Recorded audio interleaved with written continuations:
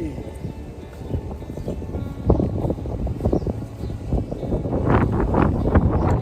Hey, kia ora whānau. How's it going? It's Rewai Te Kahu here on a spring day here in Te Tai Tokorau. Welcome to Kaitaki Marakai Backyard Gardens, garden project here in Northland.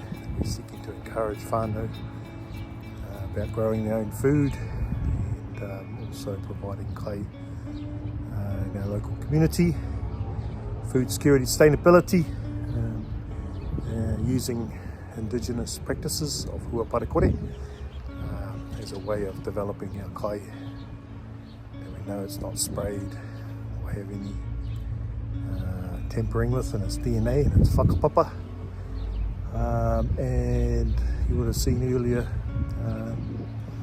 I always been doing some work in my Tāpapa here, and this is what I'm about to do. So I'm about to plant out my kumara, and as you can see, so this is what we're doing. Planting out my kumara in order that I can get shoots off it, or tupu, so we can plant out on our different marakai around the place. Alright, that's what we're doing. I'll just flick around and talk about what we're doing and how we're doing it and why we're doing it this way, and yeah, maybe you might find something interesting. But I'm using some whakaaro Māori around that this time of the year. It's a good time as well in regards to the Tāpapa. Alright, click the like button, click the share button. Please do share this. This helps the algorithms, it helps us get our message out there in regards to applying practical skills about looking after our food supply and be mindful of how we look after our Aotearoa and our place in it. Okie dokie. Good to have you with us. Okay, we've got to switch over now to my Tāpapa. Yeah, welcome back. So, my previous video we were looking at this site here, preparing it, and our 2024-25 kumara harvest came out of here. And I was surprised that I also found that growing my tupu, which are the shoots, and you can go back into last season's videos and you can see me breaking off the tupu and separating them into groups or packages, and then I've got a section there where I'll show how I pluck them out. But now, normally, if I applied this last year, this part that I'm doing I would have done early August, but we've had 3 months of continual rain up here, and so the weather conditions have restricted my ability to work, and that being that I needed the soil temperature to increase, and I didn't want to plant my kumara in soil that's too wet, too damp, otherwise I'll just rot. Anyway, here's what I've done.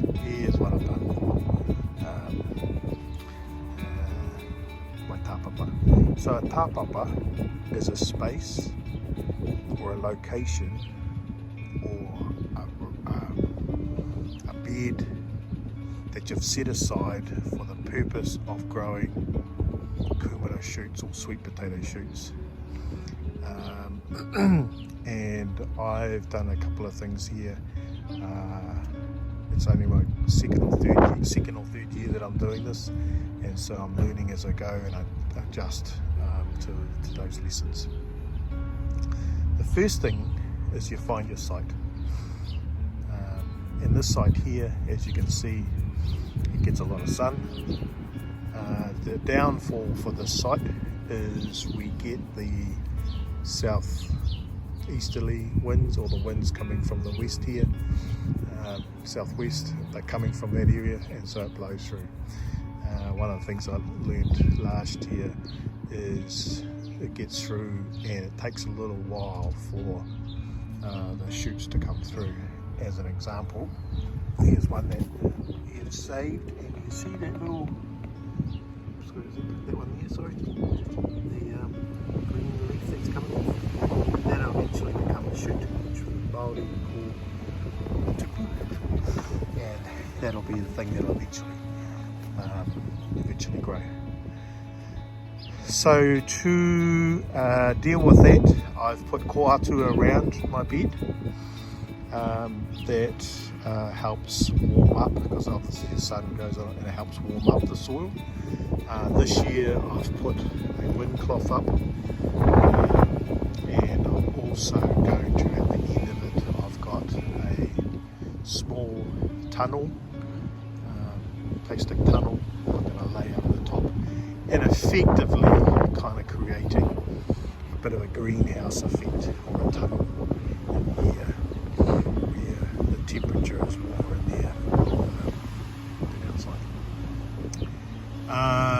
So preparing is, I've got nice, as you would have seen the other day, I've actually enlarged my Tāpapa to move out a bit further because I want to get more shoots. I've put this wind cloth up here, and returned my whakapapa thigh, which is one of the values under the Huapare Kore, kaupapa of growing organic kai. And I'll speak about that soon. So this is ready to plant out, and as you can see, I've already started. As an example, I've got these kumara here from Tautoro that I grew last year. I've got those down the other end.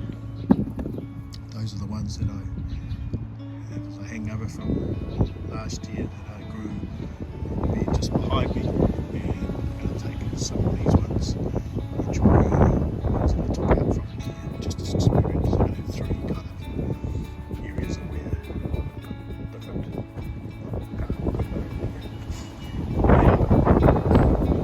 I'm sorry if the wind's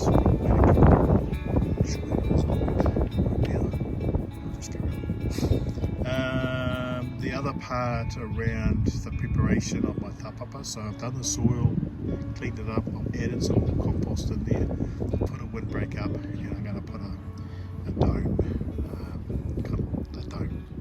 plastic cover over the top until it gets warmer, or particularly until the shoots. See, there's some more on that one too, look. See the shoots coming up? Yeah, those are the ones I stored. So here is probably the last part, and it relates back to the whakapapa part. The kumara that I've used, that I've stored, I'm maintaining the mauri, or the mana of the resource. In other words, I know where these come from. So these kumara here, which I stored last year, they are the third generation of kumara that I've grown. So 2 years ago we had some kumara growing in here. The tupu that we got for those ones came from a local grower that I sourced off him, and these ones here were the children of the lot that I planted out of here. So we planted the tupu, they produced kumara, I then took that kumara, planted it here, they then produced tupu, or shoots. I took those shoots and planted them over there, and they produced kumara, and those kumara are these ones here. So what I've done is I've been able to maintain the knowledge around where that kumara is originated. In other words, the whakapapa of it. And so actually these ones are the parents of that one, because these ones here were harvested out of this Tāpapa last week, and so these are actually, those ones are the parents. No, sorry, no, correction, they're not. They're the cousins of those ones because they grew in here. So that and that, they're whānau, they're the cousins of those two. Whereas these ones in here, I received the tupu from Tautoro, Matua Mitai, and we grew these on our papa kainga. So what I'm going to try to do now is I'm going to take the bigger ones and I'll plant these down the end there to see if I can get, and I'll just call them mitai. Or Tautoro, I'll call them Tautoro for me because that's where they originated from. Some of these are a bit paru now. I just throw in the compost pile on the other side. You might see something grow, but that's what we're doing. The intent being is what I'm trying to create is like over there, sweet potato shoots that I'll use to grow kumbara, and you can either plant them in directly or you put them in water and let them grow roots. Either way is fine, and I'll do that when it comes to time. So what I'm trying to do is I'm planning to plant these out for around end of October, the long weekend.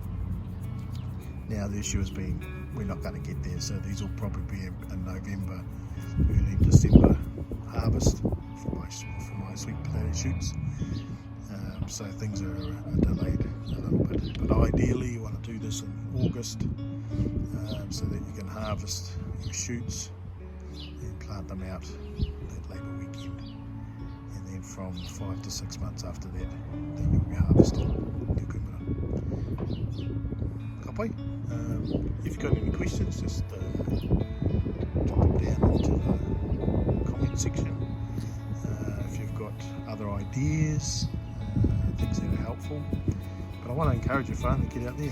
It's only I've only got a small bit, and even if I just cut that off and you had that in your backyard, put some rocks around it like I've done here. I've seen people use boxes from bees, do the same thing, and put dirt inside the bee box and plant out kumbara like this. So what I'll be doing is I'll be,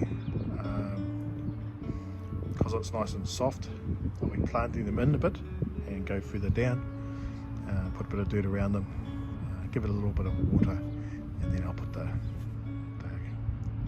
tunnel over the top.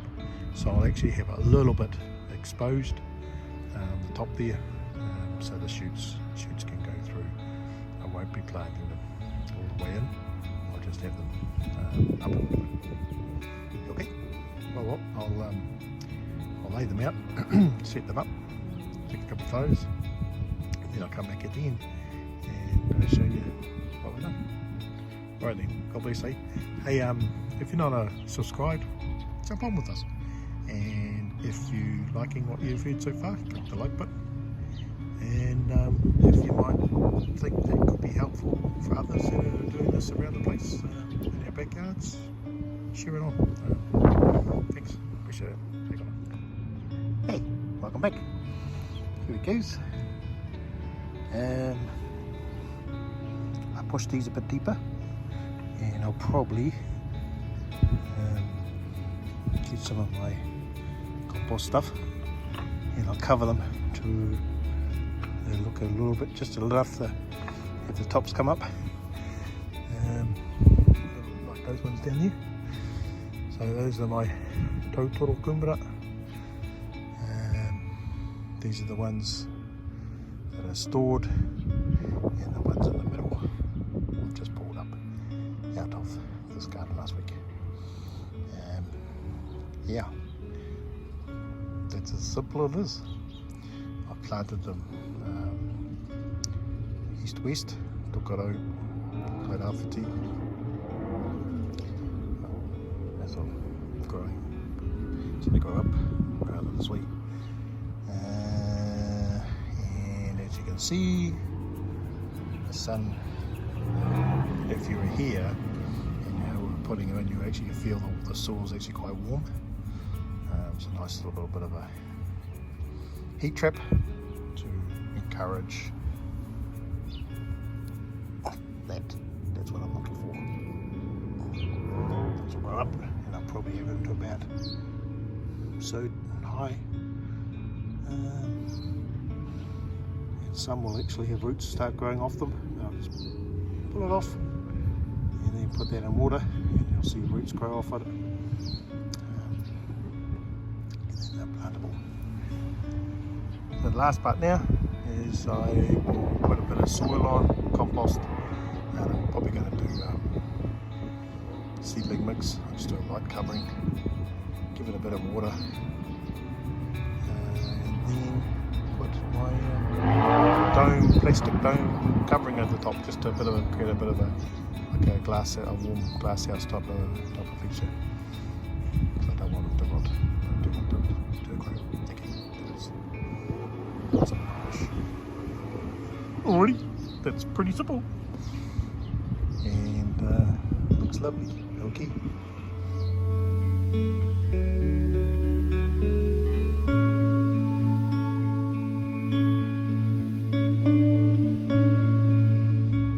Okie dokie, here's my closing one.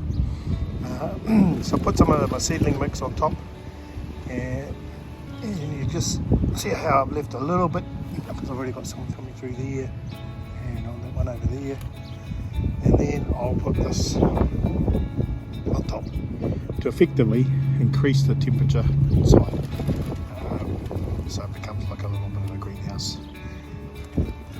The end state that I'm trying to create is the environmental conditions to allow my kumara shoot to start popping up and growing. Alright, that's pretty much it. I should get a good crop of tupu out of here for this summer coming. Here we go, doggy. And what I'll do is I'm going to put some bark down here and just tidy up this mudder a little bit, and eventually just keep progressing around. Got some seedlings I'm going to plant out of my raised beds. This is the community facing kai. So we put out kai, people can come and help themselves, and which they do. Okie dokie. Click the like button, click the share button, and have a look at Tāpapa kai ora. Search them up, and if you want to get some information around organic growing of kai and maybe getting certified, either both commercially or as a non-commercial entity or whānau. Okay, kei kona.